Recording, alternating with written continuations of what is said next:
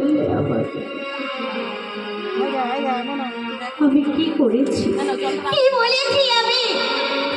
আমি তো এতদিন ধরে পিতা পরমেশ্বরকে দেখেছিলাম।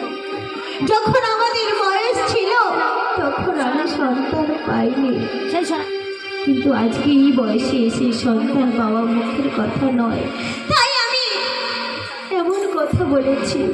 তুমি আমাকে এই নিষ্ঠুর অভিশাপ দিলে। তুমি আমাকে এই কঠিন অভিশাপ দিলে কেন? আমি কি করেছি? আমি কি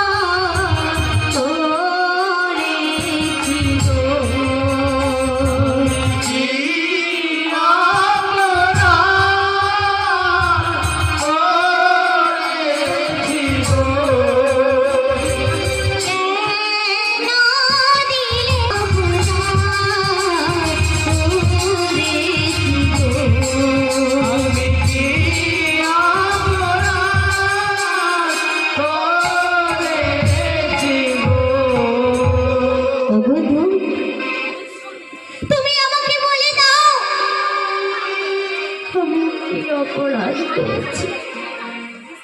কি অন্যায় করেছি আমি? কেন তুমি আমাকে নিষ্ঠুর অভিশাপ দিলে? আমি তো কোনো দোষ করিনি, আমি তো কোনো অন্যায় করিনি, তাহলে কেন তুমি আমাকে এই কঠিন অভিশাপ দিলে? আমাকে বলে দাও তুমি, আমি কি সত্যিই কোনো অন্যায় করেছি? আমি সত্যি কি কোনো ভুল করেছি যে তুমি আমাকে এই কঠিন অভিশাপ দিলে? আমি তো কিছুই বুঝতে পারছি না যে আমি কি ভুল করলাম, কি অন্যায় করলাম আমি। তুমি কি বলতে পারো যে সত্যিই আমার অন্যায়টা কোথায়? আমার ভুলটা কিসে হয়েছে তুমি আমাকে বলে দাও, কারণ এই নিষ্ঠুর অভিশাপ তো তুমি আমাকে এমনি এমনি দাওনি।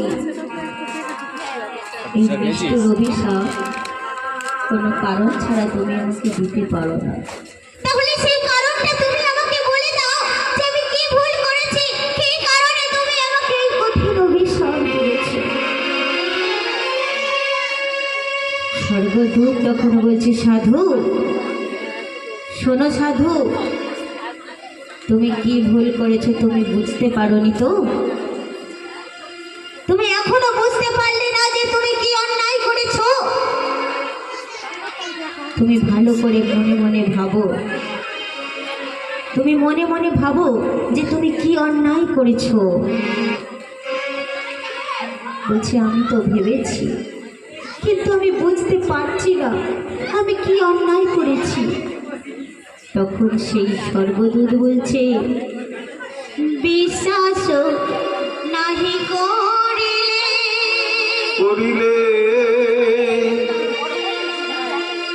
আমারও বচন